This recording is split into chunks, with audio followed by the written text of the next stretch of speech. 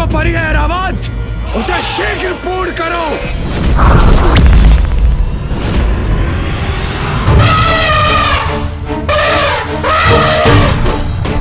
देवराज का इतना दुस्साहस! अब मैं ही रोकूंगा उन्हें। रुको पुत्र कार्तिकेय। कैसे रुक जाऊं मां? देवराज सभी सीमाएं लांघ रहे हैं, तो उन्हें रोकने के लिए मुझे कुछ नहीं करना चाहिए क्या? पुत्र, ये इंद्रदेव की परीक्षा है, इसमें तुम्हारा हस्तक्षेप करना उचित नहीं।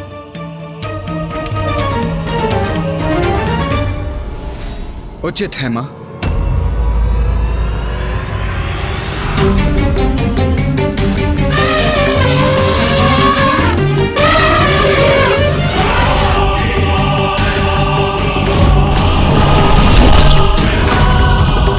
अब इंद्रदेव की दृष्टता अपराध में परिवर्तित होने वाली है।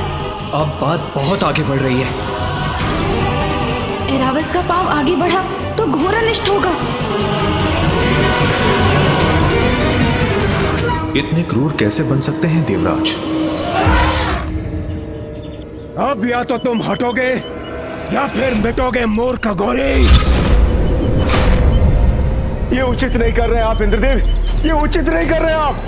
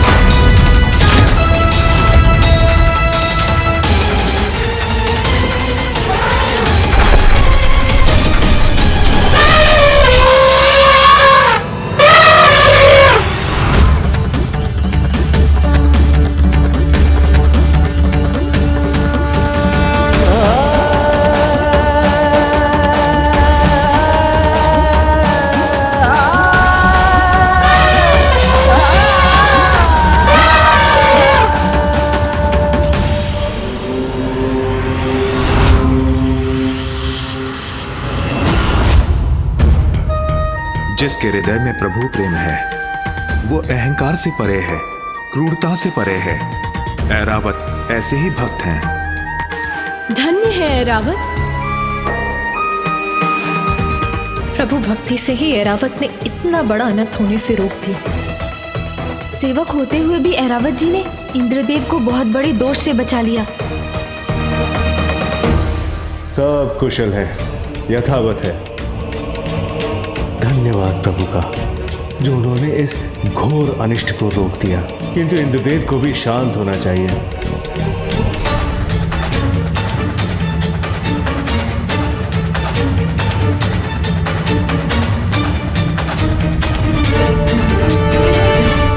ये ऐरावत मेरे आदेश की अवहेलना कैसे कर रहा है? ऐरावत, तुमने अपने स्वामी के आदेश की अवहेलना कैसे की? इसका उचित दंड दूंगा मैं तुम्हें।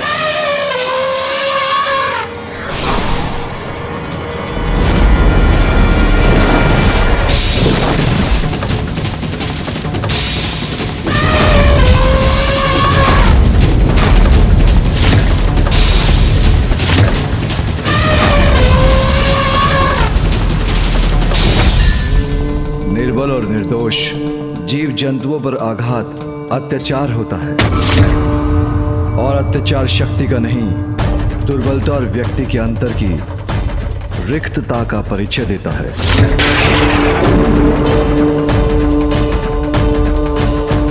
कहो, क्या विचार है तुम्हारा? ओह, तो अत्याचार पर प्रवचन देने के लिए तुम्हारी जीवा ने कष्ट कर ही दिया। वैसे तो तुम उचित ही कह रहे हो। दंड ऐरावत को नहीं, तुम्हें मिलना चाहिए। तुम्हें मिलना चाहिए। तुम्हें मिलना चाहिए।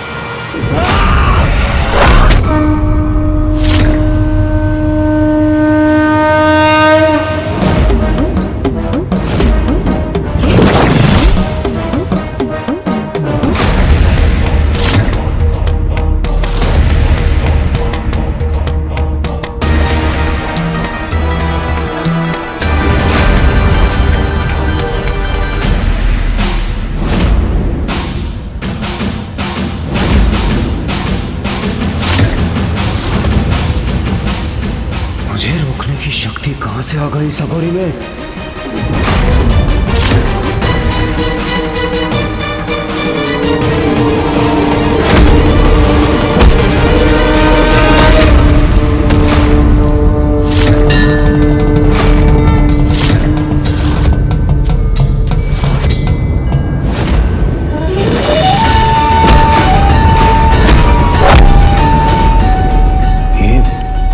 ये क्या हुआ? मेरा दंड कैसे पकड़ लिया इसने? मुझे पीछे हटने पर विवश कैसे कर दिया? असंभव।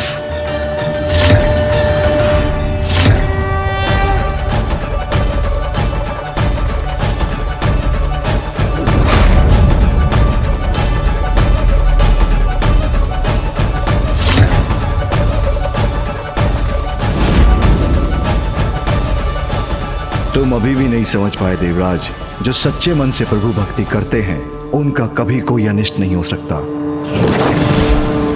ऐसा प्रचंड और भव्य व्यक्तित्व कौन है ये अघोरी? अहंकार वो विकार है जिसके वश में आने पर व्यक्ति जो भी करता है अनुचित ही करता है और अकारण अन्य सभी जीवों को कष्ट पहुंचाता है।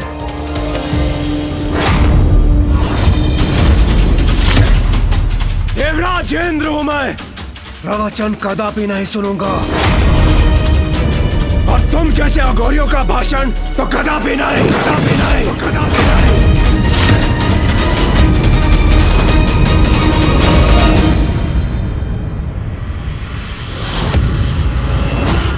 अब तो ये अपने आसन से उठ गए हैं। आइए हम भी जरा हटकर आगे चलते हैं।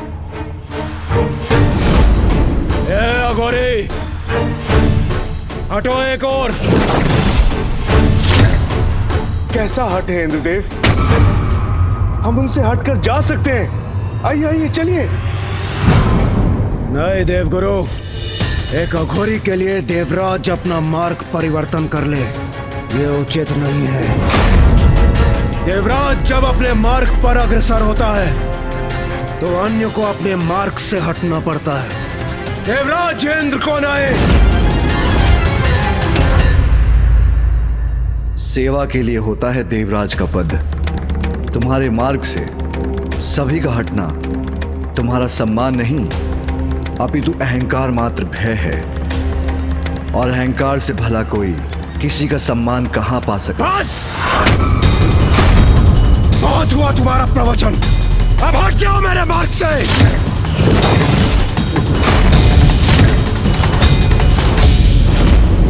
तुम्हें देखकर तो ये इच्छा हो रही है कि अपने मुष्टि प्रहार से मैं तुम्हारे इस गर्व भरे मुख पर वार करूं और हटा दूं तुम्हें अपने मार्ग से।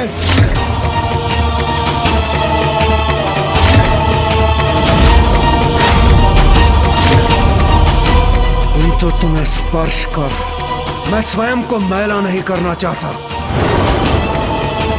तुम्हारे स्वामी महादेव से मिलने जा रहा हूं मैं। उनसे भेंट कर उन्हें अवश्य बताऊंगा कि भूतों के समान विचरण करने वाले तुम जैसे अघोरियों की यहां प्रवेश करने की अनुमति नहीं होनी चाहिए।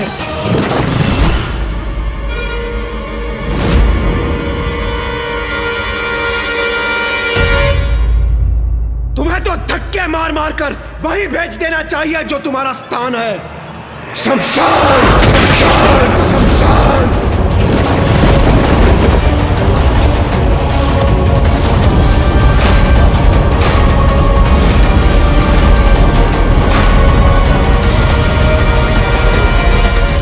इन दिव्य पुरुष को ये कैसे शब्द बोल रहे हैं इंद्रदेव?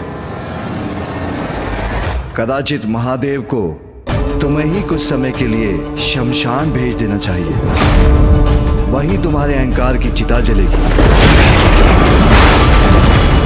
बस! बस! अब तुम्हारे दुर्वचन नहीं सहूंगा मैं।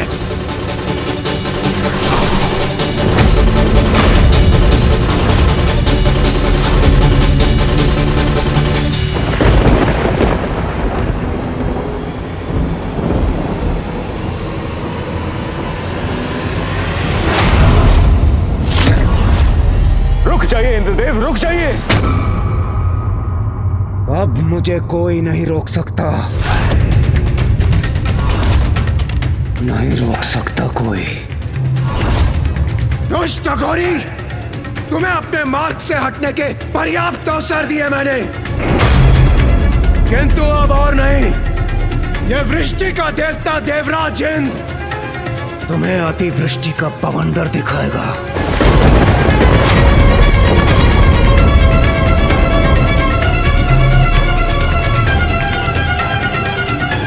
इंद्रदेव कदाचित अपना अंतिम अवसर भी गंवाने जा रहे हैं।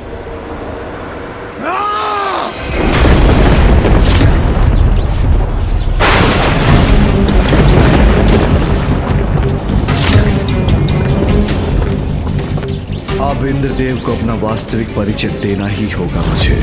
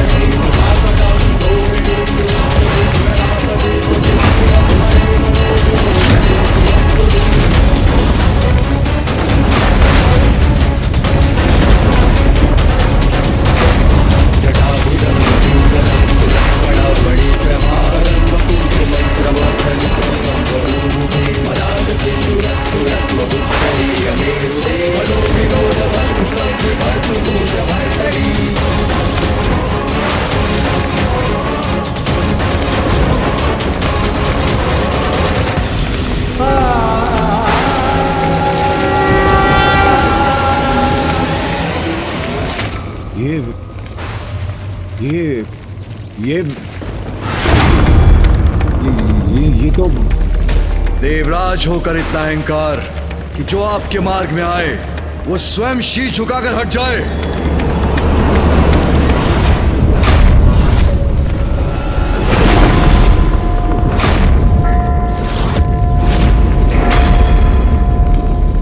देवराज,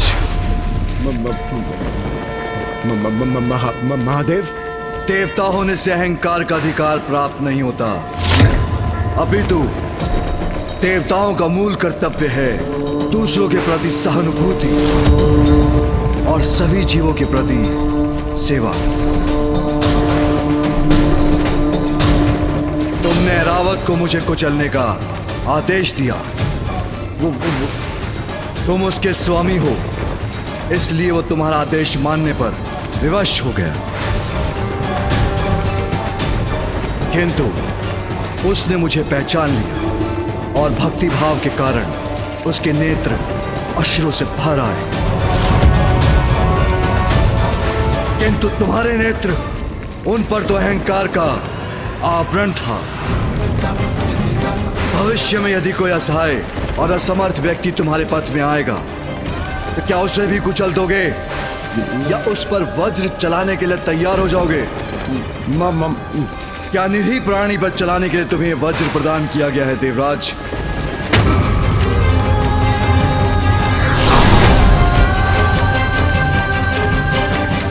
नहीं, तुम्हारे जैसे अहंकारी का देवराज के पद पर स्थापित होना उचित नहीं। संसार को तुम्हारे जैसे देवराज की आवश्यकता नहीं। तुम्हें मिटना होगा, तुम्हें मिटना ही होगा देवराज, तुम्हें मिटना ही होगा देवराज।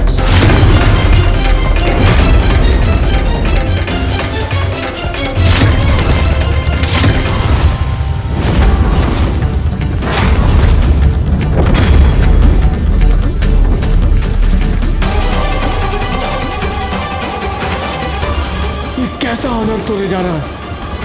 महादेव, क्षमा महादेव, क्षमा।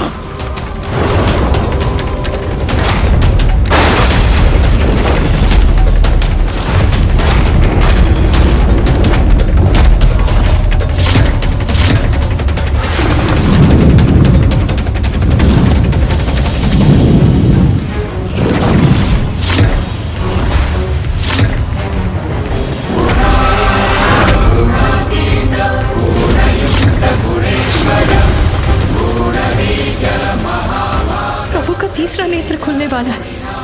अर्थात अब इंद्रदेव सुरक्षित नहीं।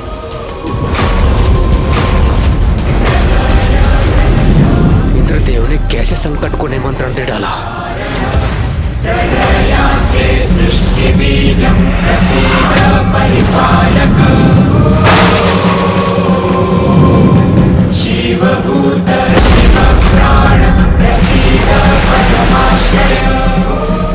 महादेव की क्रोधाग्नि से अपना बचाव कैसे करूं मैं?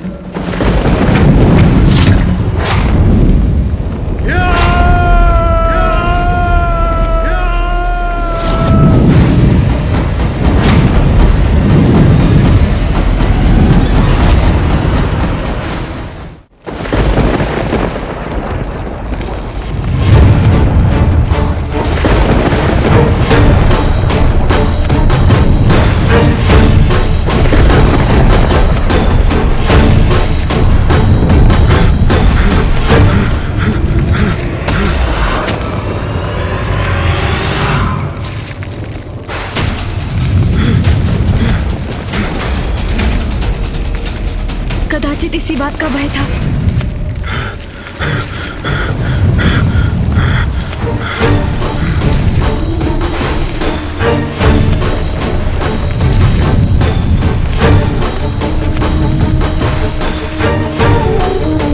समीप आ रही है महादेव की क्रोधाग्नि। मुझे और तीव्र गति से भागना चाहिए।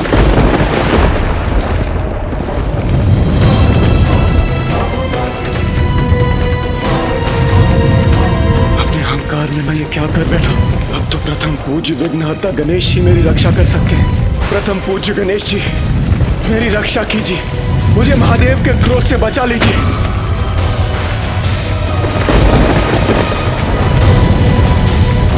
मेरी रक्षा कीजिए प्रथम पूज्य गणेश जी। पिताश्री को शांत कराइए माँ। अहंकार के लिए क्या इंद्रदेव को इतना बड़ा दंड देना उचित है? हाँ माता। माता पार्वती, कुमार कार्तिकेय, गणेश जी मेरी रक्षा कीजिए, रक्षा कीजिए मेरी। इसका अनुमान तो मुझे भी नहीं था पुत्र कि प्रभु इतने क्रोधित हो जाएंगे, किंतु उनके द्वारा दोषियों को दंड देने में मैं हस्तक्षेप नहीं कर सकती।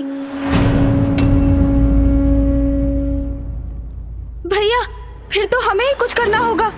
पिताश्री को शांत करने का प्रयत्न कर, उनसे इस क्रोधाग्नि को लौटाने का आग्रह करना होगा। उचित कह रहे हो तुम।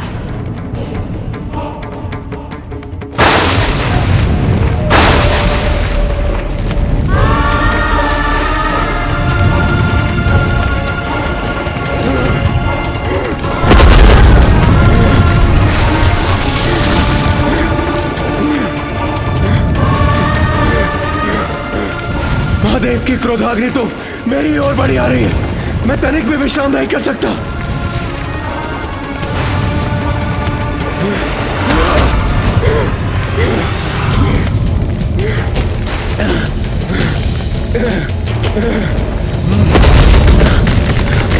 अब कदाचित मेरी रक्षा संभव नहीं।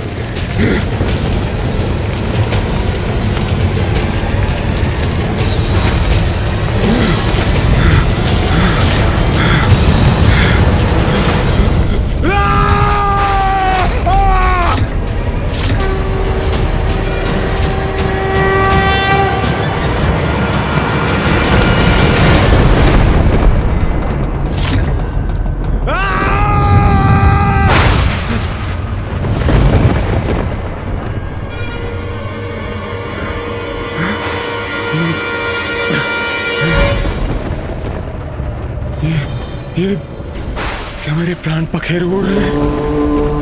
क्या मेरा अंत हो चुका है? अभी तक तो नहीं इंद्रदेव। मेरा अंत नहीं हुआ? यदि मेरा अंत नहीं हुआ तो क्या हुआ है मेरे साथ? और महादेव की क्रोधाग्नि, उससे मेरी रक्षा किसने की?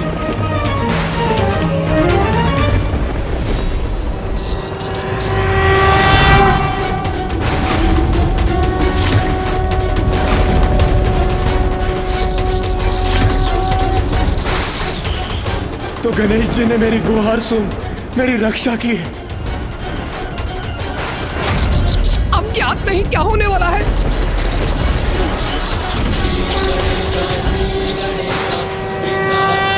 गणेश जी, मेरे प्राणों की रक्षा करने के लिए कोटि कोटि धन्यवाद।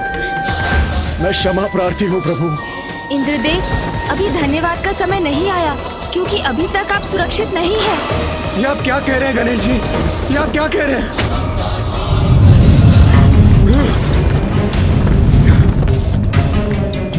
ये क्रोधाग्नि तो अभी भी मेरा पीछा कर रही है। गणेश जी, वो देखिए, महादेव की क्रोधाग्नि। कृपया कुछ कीजिए गणेश जी, मेरी रक्षा कीजिए, कृपया कुछ कीजिए। अब ज्ञात नहीं क्या होने वाला है।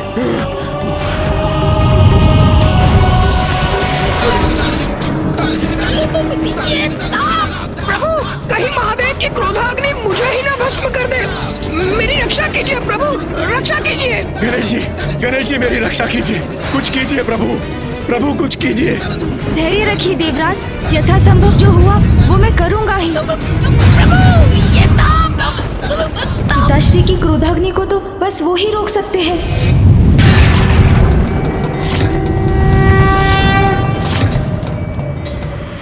पिताश्री,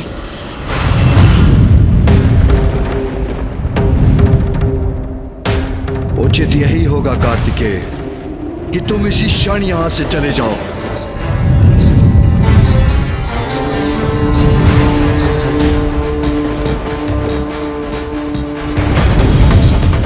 पिताजी का ये भीषण क्रोध तो अनर्थकारी हो सकता है। शांत हो जाइए पिताश्री, कृपा कीजिए, मेरी गुहार स्वीकार कीजिए पिताश्री।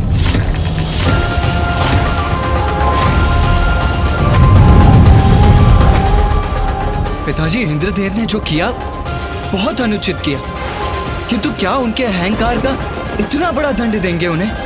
पुत्र कार्तिकेय, जिन असुरों के साथ हम युद्ध करते हैं उनका प्रमुख अपराध है उनका अहंकार, किंतु कदाचित उससे एक बहुत बड़ी हानि भी होने लगी है।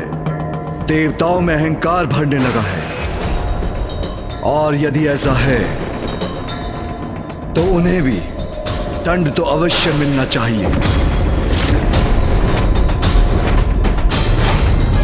और ये घटना देवताओं के लिए भी एक उदाहरण बनेगी।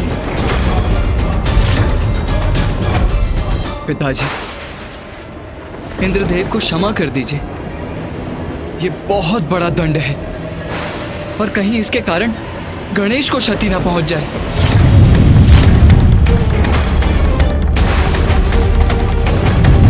पिताजी तो शांत ही नहीं हो रहे हैं। अन्याय नहीं न्याय करूंगा मैं। उनके अहंकार का जो दंड असुरों को प्राप्त होता है वही दंड देवराज को भी दूंगा मैं।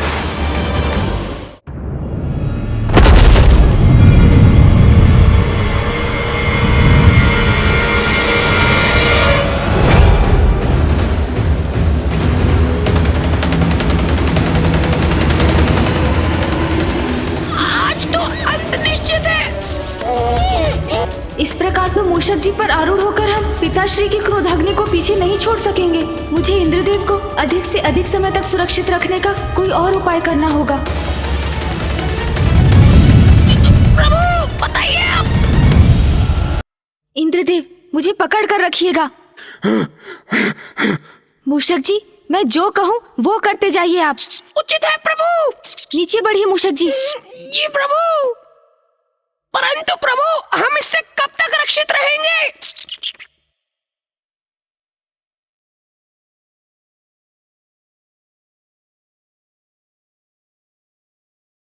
अब ऊपर चलिए मूषक जी। जी उचित है प्रभु।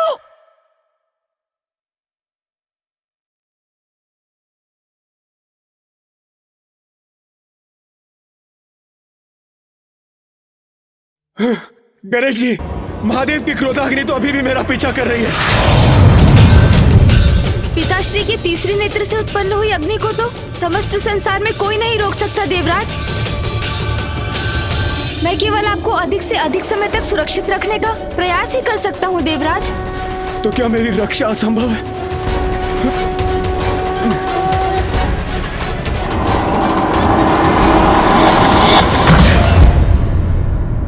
महादेव, देवराज का आचरण उचित नहीं था। किंतु उनकी ओर से मैं क्षमा याचना करता हूँ। कृपा कीजिए प्रभु, शांत हो जाइए।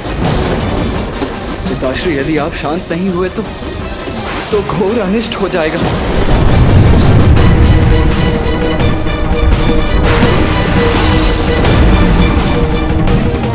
प्रकृति आपकी क्रोधाग्नि से प्रभावित हो रही है पिताश्री।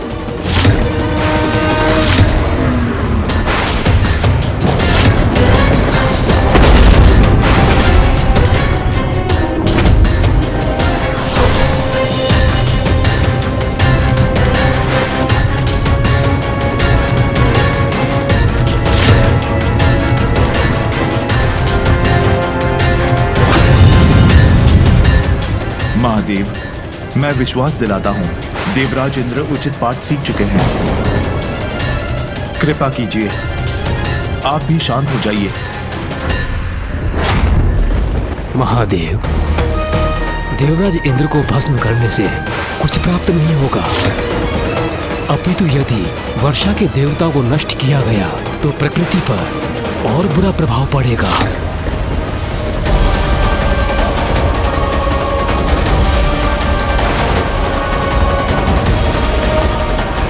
क्या करूं मैं? पिताजी इतने क्रोध में हैं कि वो किसी का सुझाव नहीं मान रहे। कौन है जो उनके इस क्रोध को शांत कर सकता है? माँ, अब आपको ही हस्तक्षेप करना होगा, आपको ही शांत कराना होगा पिताश्री को। पुत्र, मैं कदाचित तुम्हारे पिताश्री के कार्य में हस्तक्षेप करने में असमर्थ हूँ। इसमें केवल देवराज की सुरक्षा निहित नहीं है माँ। गणेश और मूषक जी भी इंद्रदेव को सुरक्षित रखने का प्रयास कर रहे हैं, अर्थात वो भी संकट में है माँ।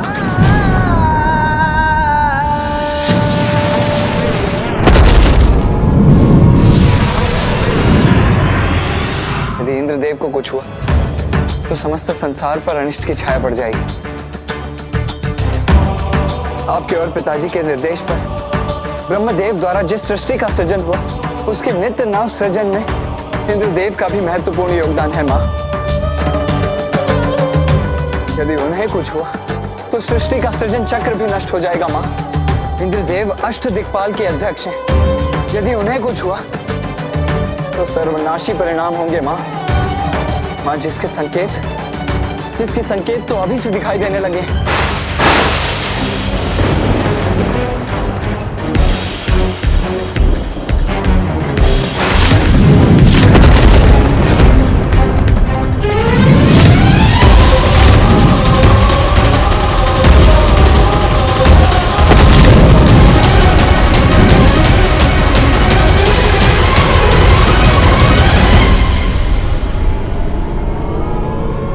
मैं विनती करता हूँ माँ, पिताजी को मना लीजिए। उन्हें शांत करने के लिए आपको ही कुछ करना होगा माँ।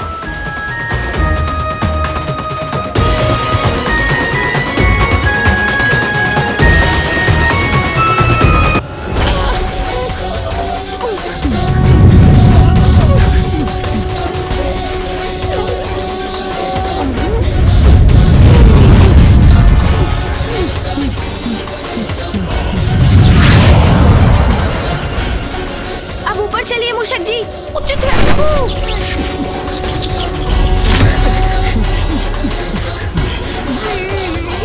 प्रभु, मूषक जी तो थक रहे हैं, इनकी गति भी धीमी पड़ रही है।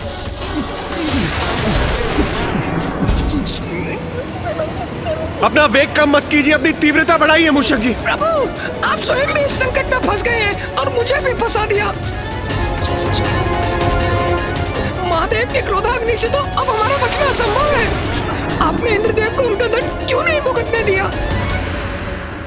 नहीं मूषक जी, ये आप क्या कह रहे हैं? मूषक जी, आप अपना ध्यान बस अपने वेग पर लगाइए, शीघ्र चलिए। जी प्रभु। और इंद्रदेव, आपके समक्ष आपकी रक्षा का मात्र अब एक ही उपाय है, और वो उपाय है महादेव। महादेव, महादेव, मुझे क्षमा कर दीजिए, मैं अहंकार के वश में कभी नहीं आऊंगा प्रभु। प्रभु, मैं आपको वचन देता हूँ, प्रभु मुझे क्षमा कर दीजिए। महादेव,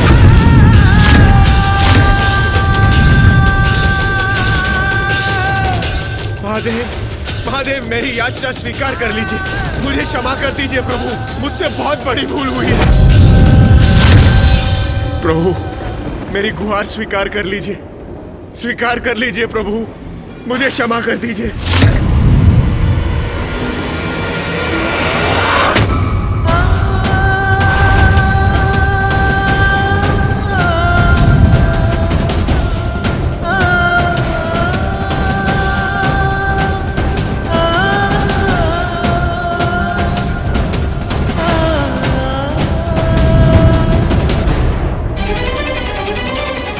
महादेव तो अभी क्रोधित हैं।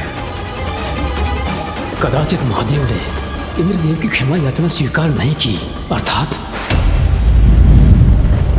प्रभु मुझे क्षमा कर दीजिए प्रभु, मुझसे बहुत बड़ी भूल हुई है प्रभु।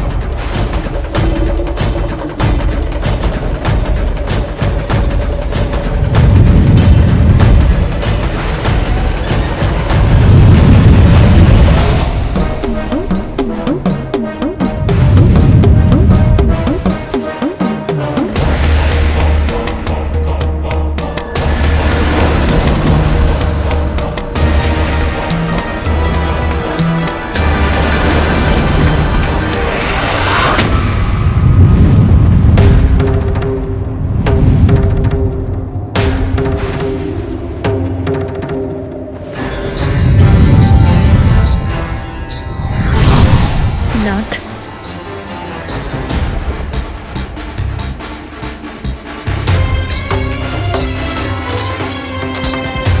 परीक्षा परीक्षार्थी के अच्छे परिवर्तन के लिए होती है, उसके अंत के लिए नहीं।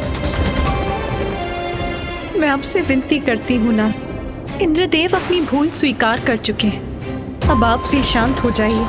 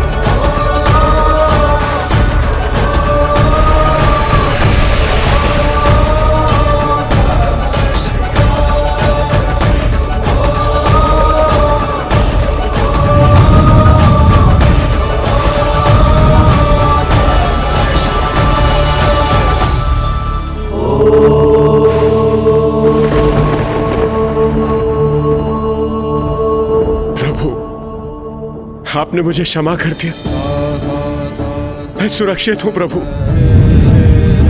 आपको कोटि कोटि नमन करता हूं प्रभु, आपका कोटि कोटि धन्यवाद।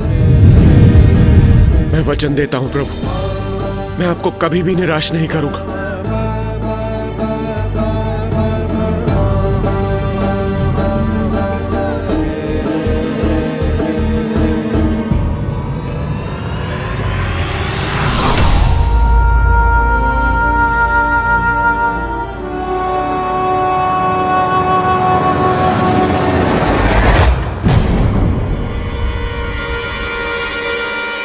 पिताश्री की क्रोधाग्नि तो बहुत निकट आ चुकी है।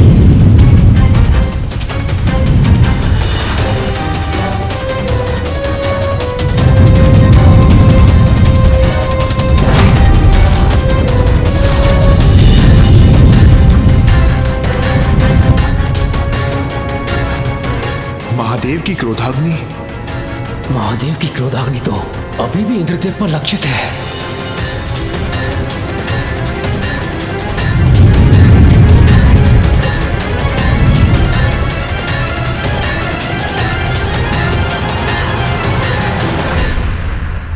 पिताश्री, आपका क्रोध शांत हो गया है, अब तो अपनी क्रोधाग्नि को रोक दीजिए।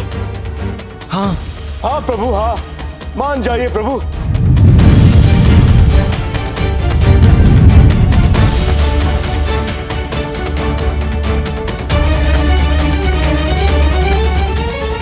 मेरे तीसरे नेत्र से उत्पन्न क्रोधाग्नि लौटाई नहीं जा सकती।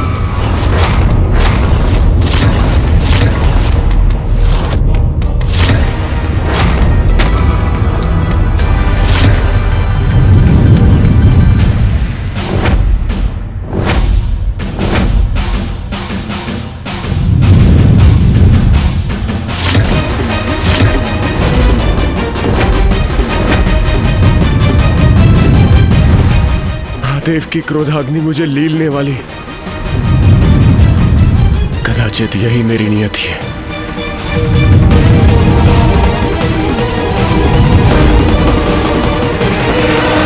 पिताजी,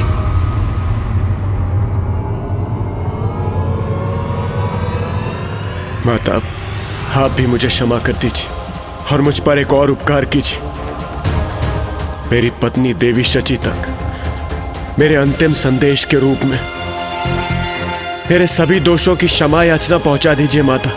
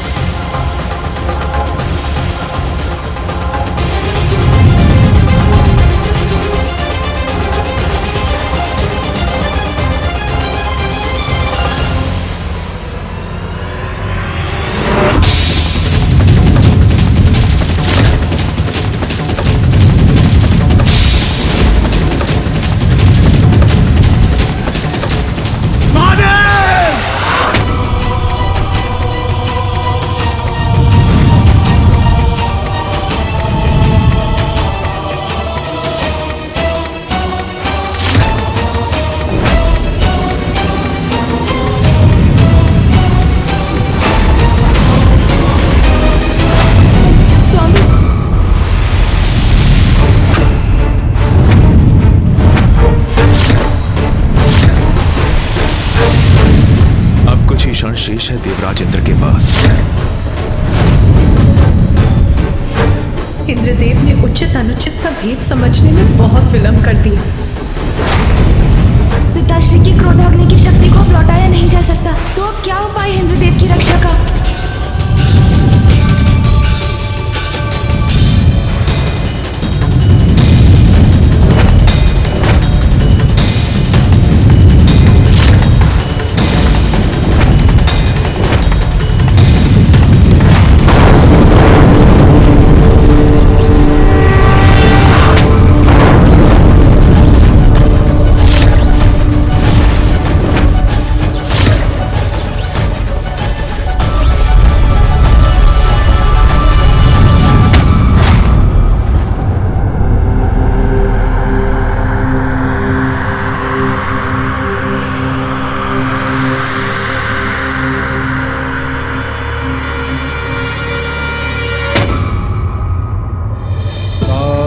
महादेव की क्रोधाग्नि मुझसे नहीं टकराई। मैं सुरक्षित हूं।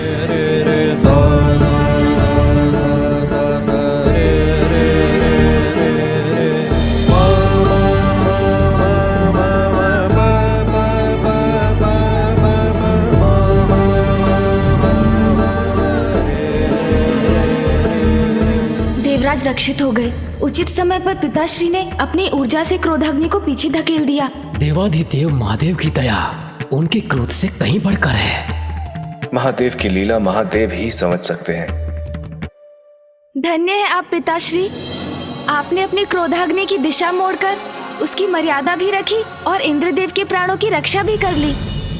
प्रभु, आपने मुझे क्षमा कर दी, मेरी रक्षा की आपने।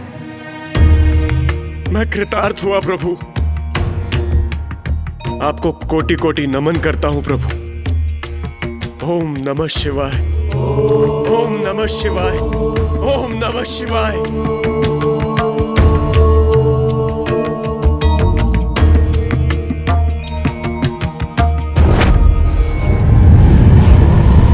किंतु पिताश्री, आपकी क्रोधाग्नि ऐसे तो शांत नहीं हो सकती।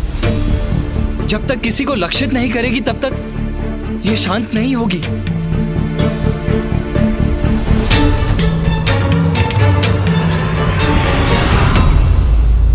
चिंता मत करो पुत्र कार्तिकेय, मेरी क्रोधाग्नि किसी का जीवन नष्ट नहीं करेगी, क्योंकि मैंने उसका मार्ग सागर की ओर मोड़ दिया है।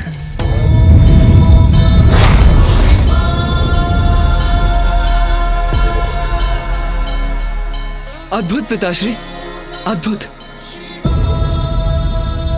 आपका न्याय उचित है स्वामी।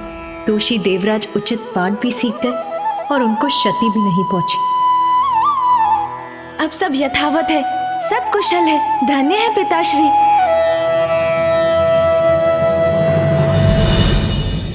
महादेव की क्रोधाग्नि का कुछ न कुछ भयंकर परिणाम तो होकर ही रहेगा। ये कैसा अनर्थ हो रहा है?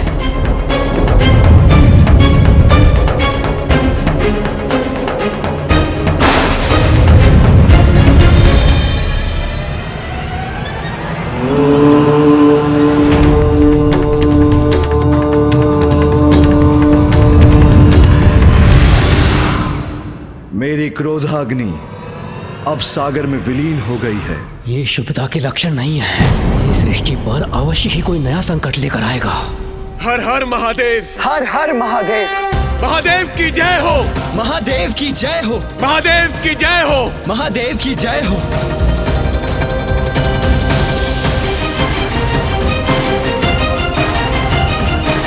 इंद्रदेव को क्षमा करना आपकी उदारता का उदाहरण है स्वामी। ये महादेव ने क्या कर दिया? उनकी क्रोधाग्नि जल से शांत नहीं होगी। अभी तो मुझे शंका है कि जल और अग्नि दो विपरीत तत्व एक साथ आएंगे तो कोई ना कोई विचित्र अप्राकृतिक संकट जन्म लेगा। मुझे महादेव को अभी सचेत करना होगा। महादेव तो निश्चिंत होकर कैलाश लौट रहे हैं।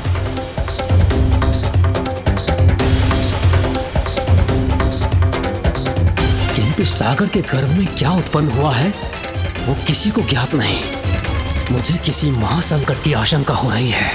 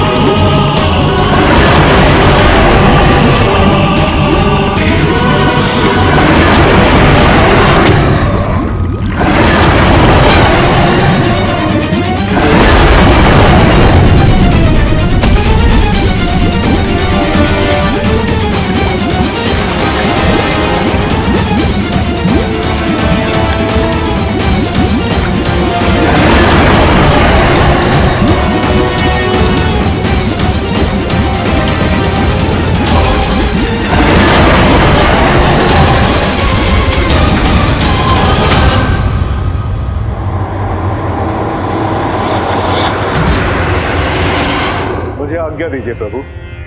देवी सची ने मुझे इंद्रदेव को सुरक्षित रखने के लिए उनके साथ भेजा था और अब वो कुशल है तो मुझे प्रस्थान करना चाहिए। देवगुरु, अहंकारवश मैंने आपसे बहुत कुछ अनुचित बोल दिया, मुझे क्षमा कर दीजिए। देवराजेंद्र, महादेव की कृपा से अब सब कुशल है।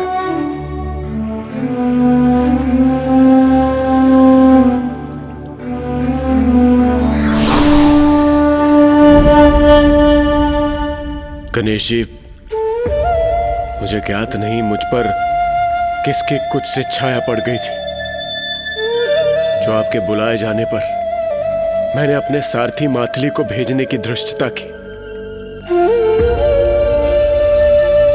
मुझे क्षमा कर दीजिए प्रभु, क्षमा कर दीजिए मुझे। इंद्रदेव, मैंने तो आपको एक अत्यंत आवश्यक विषय पर चर्चा के लिए बुलाया था। यदि मैं प्रतीक्षा कर सकता था तो अवश्य करता। प्रभु, मैं लज्जित हूं। क्षमा प्रार्थी हूं प्रभु,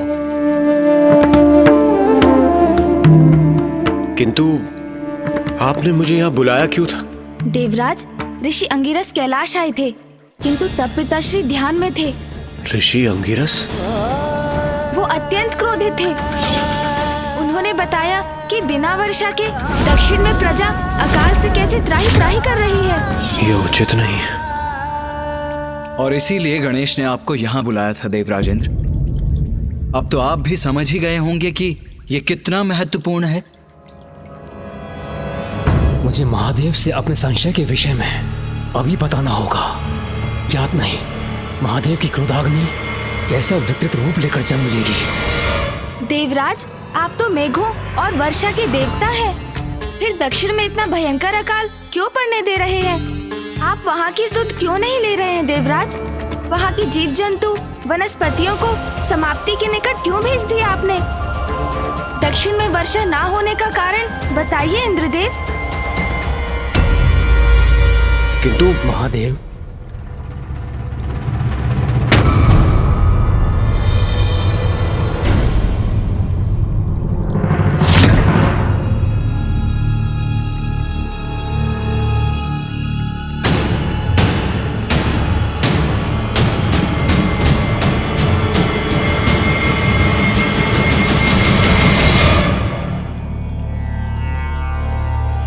महादेव, ये बहुत बड़ी चिंता का विषय है, हमें अभी चर्चा करनी होगी। अवश्य ब्रह्मदेव। गणेश भी उसी चिंता का समाधान ढूंढने का प्रयत्न कर रहा है।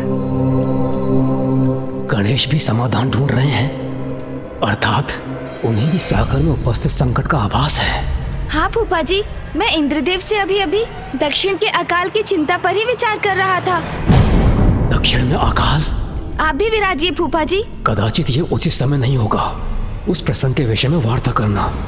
मुझे इसके लिए प्रतीक्षा करनी होगी।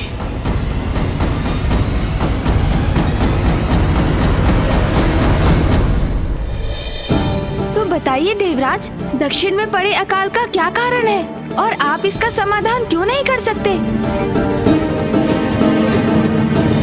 किंतु प्रथम पूज्य श्री गणेश जी, कुमार कार्तिकेय, माता पार्वती, दक्षिण में पड़े अकाल का कारण मैं नहीं।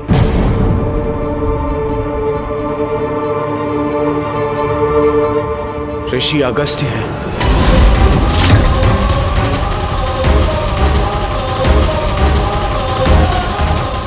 ऋषि अगस्त्य? ये ऋषि अगस्त्य कौन है? ये ऋषि अगस्त्य कौन है?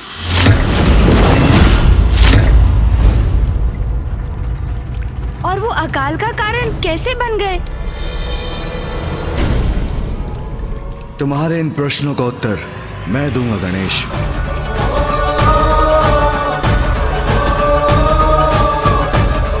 ऋषि अगस्त्य और ऋषि वशिष्ठ दोनों भाई हैं। दोनों का जन्म वरुण देव के अंश से एक कुंभ के द्वारा हुआ और अब ऋषि अगस्त्य ने दक्षिण की नदी कावेरी को अपने कमंडल में रख लिया। उन्होंने नदी को कमंडल में रख लिया?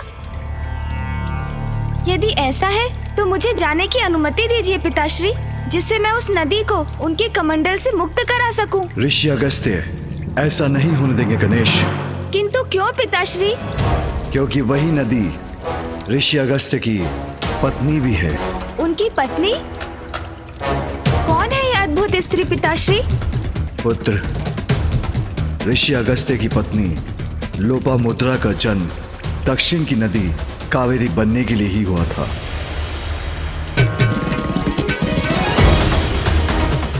किंतु लोपामुद्रा की नदी होने के बाद ऋषि अगस्त्य ने उन्हें अपने कमंडल में स्थित कर लिया और स्वयं ध्यानमग्न हो गए, जिससे नदी उनके कमंडल में बंद कर रह गई। किंतु पिताश्री, ऐसी अवस्था में कोई ऋषि अगस्त्य को जाकर उन्हें कावेरी को उनके कमंडल से मुक्त कराने के लिए क्यों नहीं कह सकता? सभी उनसे इतने भयभीत क्यों हैं?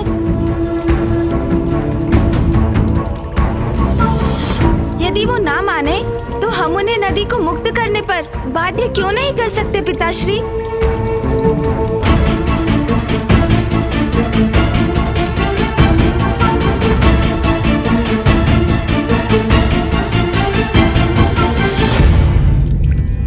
क्योंकि गणेश, ऋषि अगस्त्य की महिमा हम सभी देवताओं से भी कहीं अधिक है। किंतु भैया, वो आपसे अर्थात देव सेनापति कुमार कार्तिकेय से अधिक महिमामयी तो नहीं हो सकते। मुझसे कहीं अधिक महान है,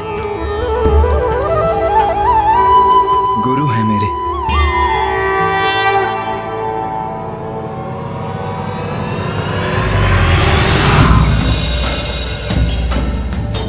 स्वस्ति न इंद्रो वृतश्रवाः स्वस्ति न पूषा विश्ववेदाः स्वस्ति नस्तार्क्ष्यो अरिष्टनेमि स्वस्ति नो बृहस्पतिर्दधातु मानस्तोके धनयमान आयुष्मानो। तपोबल के ही धनी नहीं, ऋषि अगस्त्य तो युद्ध कला के भी बहुत बड़े ज्ञानी हैं। मानो वीरानुद्रभामिनो बधिरः विश्वमन्तसस्मित्वा हवामहे।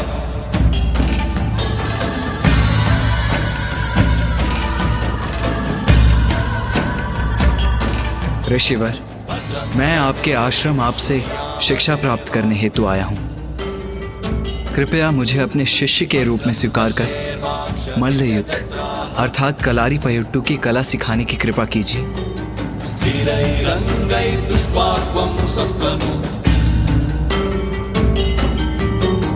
दिव्यक्षेमहि देवहितं यदायुः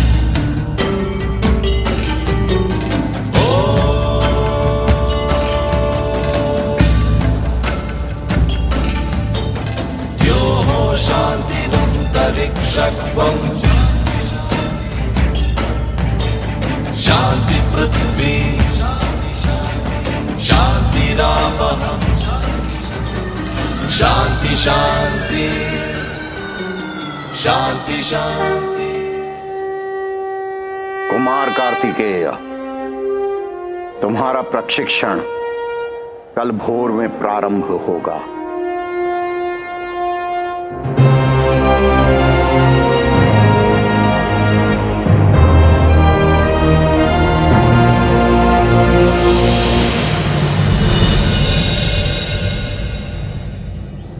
सर्वप्रथम सूर्य नमस्कार।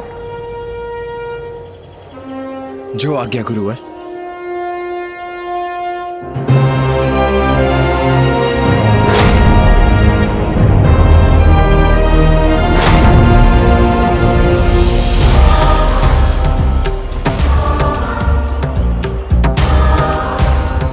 युद्ध में एकाग्रता और तत्परता दोनों ही आवश्यक हैं। जी गुरुवर।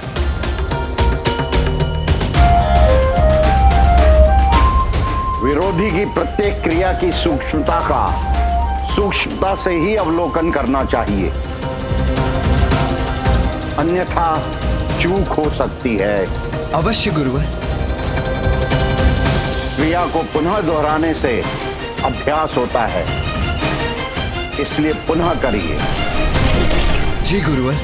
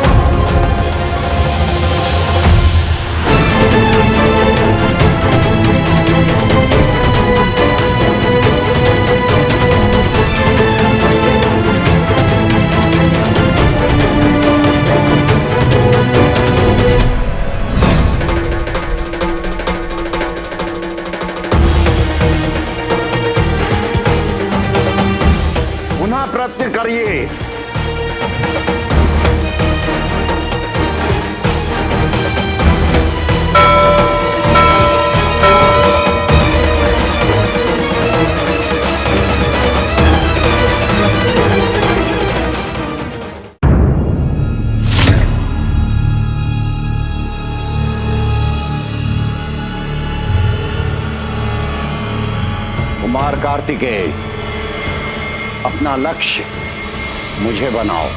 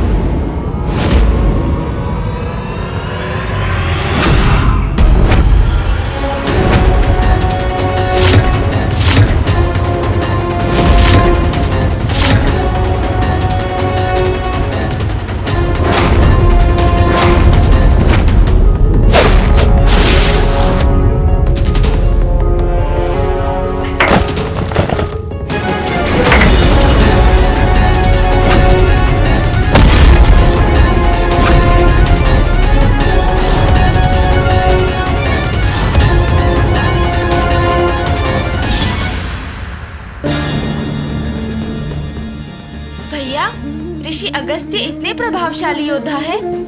हाँ गणेश, मैं अति भाग्यशाली हूँ कि मुझे ऋषि अगस्त्य जैसे गुरु मिले। उनकी प्रतिभा के बारे में जानकर तुम भी अचंभित रह जाओगे। तो बताइए ना भैया, फिर क्या हुआ?